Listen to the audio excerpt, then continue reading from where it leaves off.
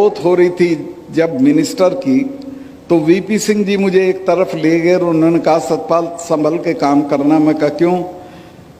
कहने लगे कि बेईमानी करने के बाद प्रधानमंत्रियों से नहीं लड़ा जा सकता और हमें और तुम्हें दोनों को प्रधानमंत्रियों से लड़ना है, लिहाजा पाक साफ रहना है। मैं जो कश्मीर से लौटने के बाद किसानों के लिए बोल दिया बेधड़क, अगर मैं कश्मीर में कुछ कर लेता तो मेरे घर तो ईडी पहुंच जाती है, आज से पहले इनकम टैक्स वाले पहुंच जाते। आज मैं सीना ठोक के कह सकता हूं कि प्रधानमंत्री के पास सारी संस्थाएं हैं, सब कुछ है और मेरी सारी जांच करा लें, मैं इसी तरह बेधड़क रहूंगा चूंकि मेरे पास कुछ नहीं। मैंने कश्मीर में जाने के फौरन बाद 2 फाइलें मेरे सामने आई, एक में तो अंबानी इन्वॉल्व थे और एक में संघ के एक बड़े अफसर हैं वो थे, एक पुराने महबूबा की मिनिस्ट्री के मिनिस्टर थे और जो अपने को प्रधानमंत्री जी के बहुत नज़दीक बताते थे। मुझे सेक्रेटरीज ने दोनों डिपार्टमेंट के बताया साहब इसमें घपला है। मैंने दोनों डील कैंसिल कर दिए। सेक्रेटरीज ने मुझे ये भी बताया कि साहब इसमें 150 करोड़ रुपया आपको मिल सकता है। मैंने कहा मैं तो 5 कुर्ते पजामे लेके आया हूँ, ऐसे ही चला जाऊँगा। लेकिन एहतियातन मैंने प्रधानमंत्री जी से वक्त लिया और उनसे मिलने गया और उनको मैंने कहा कि साहब ये फाइल है, ये इसमें घपला है, ये लोग इसमें इन्वॉल्व हैं, ये आपका नाम लेते हैं, आप मुझे बताएं क्या करना है। अगर इसे कैंसिल नहीं करना है तो मैं छोड़ देता हूं, किसी दूसरे को लगा दीजिए मेरी जगह, लेकिन मैं रहूंगा तो इसको होने नहीं दूंगा। मैं इस बात की तारीफ करूंगा प्रधानमंत्री कि उन्होंने कहा कि नहीं सतपाल, करप्शन पे कोई कॉम्प्रोमाइज़ नहीं की ज़रूरत है। मैंने वो किया और कश्मीर में जो इतनी करप्ट स्टेट है कि आप अंदाज ही नहीं लगा सकते हो। सारे देश में कमीशन 5-4% मांगा जाता है, कश्मीर में 15% मांगा जाता है। उस स्टेट में दहशत हो गई और मेरे रहते कोई करप्शन का बड़ा काम नहीं हुआ। आते आते मैंने वहाँ एक, आप देखते होंगे आजकल प्रेस में और टीवी में, उसको रोशनी एक्ट कहते थे। फारूक अब्दुल्ला वो एक्ट लाए थे कि ये सरकारी ज़मीनें हैं, इनको हम ठीक ठाक दाम पे दे देंगे और इससे जो रुपया मिलेगा उससे बिजली की हालत सुधारेंगे। बिजली की हालत तो सुधरी नहीं। कई एकड़ का प्लॉट फारूक अब्दुल्ला को मिल गया, उनके बेटे को मिल गया, महबूबा को मिल गया।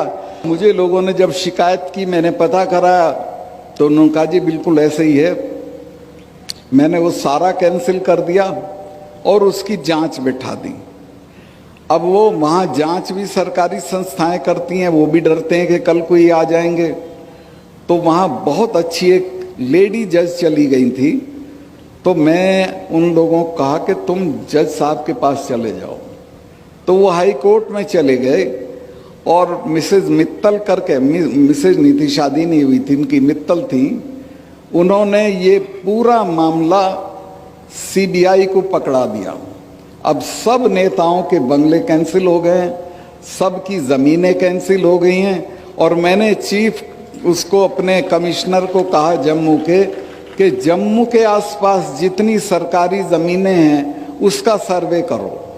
उसने मुझे बताया साहब ये तो बहुत ज़मीन पड़ी है खाली, लेकिन ये तो आपके हटते ही कब्जा कर लेंगे लोग इस पर। मैं क्यों? कहने ले महबूबा के आदमी को तो देर ही नहीं लगती कब्जा करने में, वो तो एक खूंटा गाड़ के भैंस बांध देता है और कहता मेरी ज़मीन है। ऐसे ही ये कर लेगा फारूक अब्दुल्ला।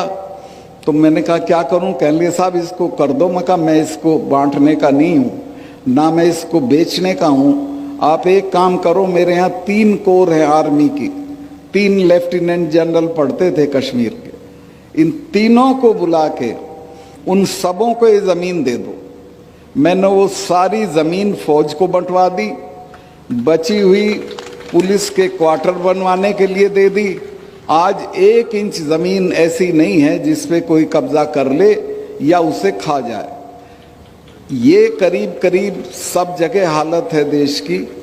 तो मैं आपसे जो नए जो अफसर आए हैं उनसे ये उम्मीद करता हूँ कि आप जहाँ जाओ कार्निवोलस फ्लावर मत बनना, समाज के दबाव में मत आना, ख़ास तौर से बीवियों के दबाव में बिल्कुल मत आना। वही खराब करती हैं, बुरा मत माने। वो पड़ोसन की सारी चीज़ दिखाएंगी।